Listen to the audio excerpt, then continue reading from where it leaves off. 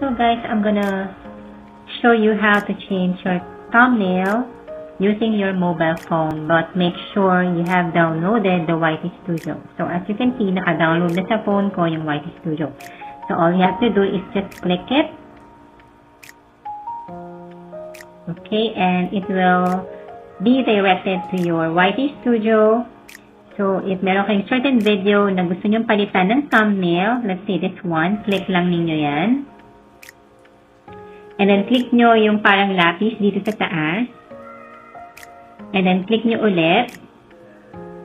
And then change dito sa back. Click nyo lang yung change. There you go. So, pili na kayo ng thumbnail na gusto nyong ipalit. Let's say this yellow. And then click done. And then click save. So there you have it. So that's your new thumbnail. So guys, napakadali lang mag-change as long as you have the YT Studio on your mobile phone. Hi guys, so thank you for watching our vlog for today, and I hope you've learned something from it. And please like and subscribe for more videos. God bless you all.